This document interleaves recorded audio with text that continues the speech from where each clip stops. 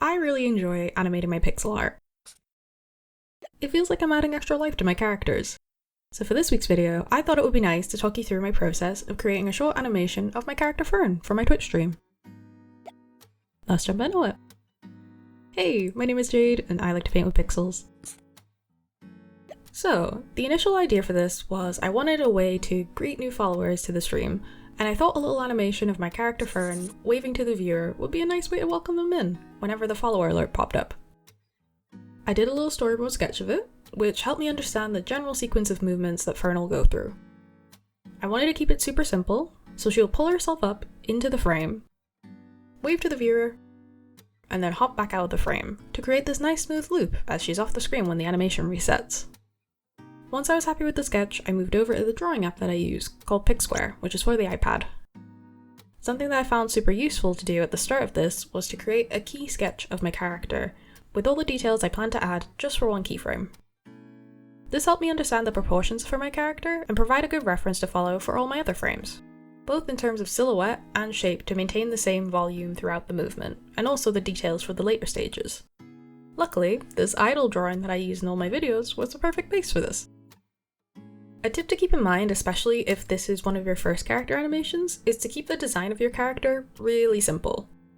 The more details you add to the initial design means you'll have more elements that you have to move around and keep in mind while you're animating. With the key sketch done, I got to blocking out the movements with basic shapes. I first focused on the shapes that were moving the most, which for me was the head and the hands.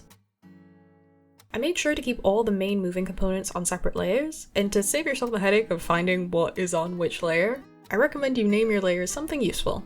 Animations are the one time I will take naming my layers seriously, because normally, for static artwork, it's pretty bad. I will get better. Eventually. But especially in animations, it can be really helpful to keep elements separate and organized to make it easy to move them around and set up the poses. One thing I recommend that I didn't do here is to block in the key poses from the initial sketch before you start adding in all the in-between frames. I sort of just did all the keyframes in order, but I think what would have sped up the process a lot is if I had these sort of checkpoints to know how far she would be moving to each pose.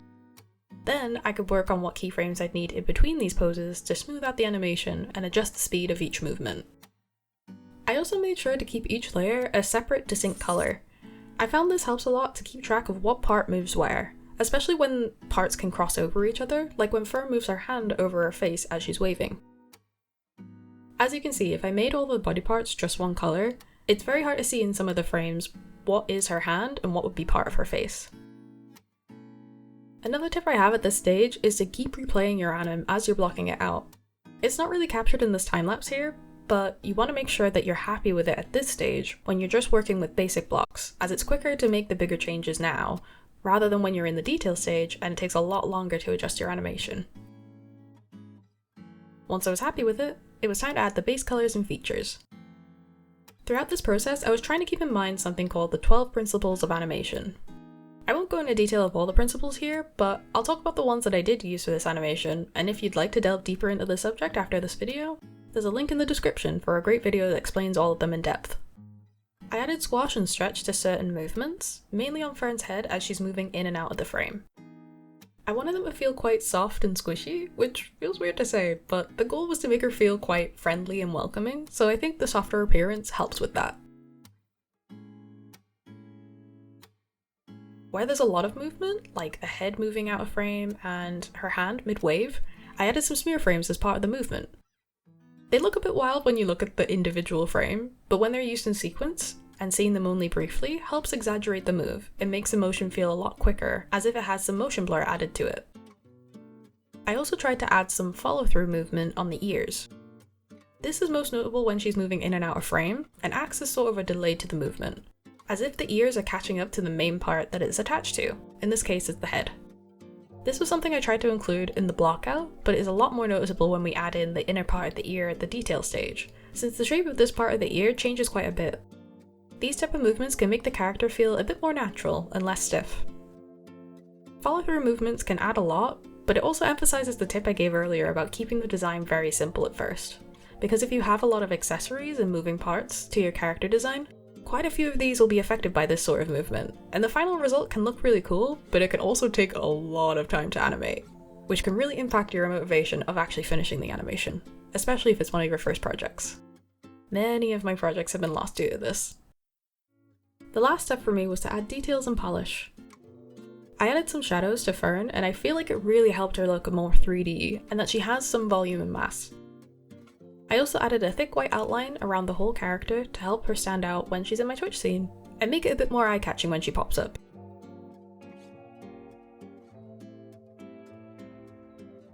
With a couple of adjustments, here is the final result!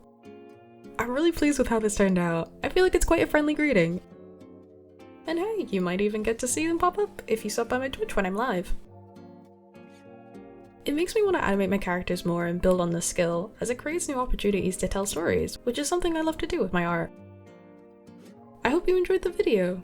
If you enjoyed seeing the full pixel art process for this piece, you might also like this video here, where we make a little animatic about my character Fern and us making a cup of tea. And I'll see you in the next one. Take care out there. Goodbye.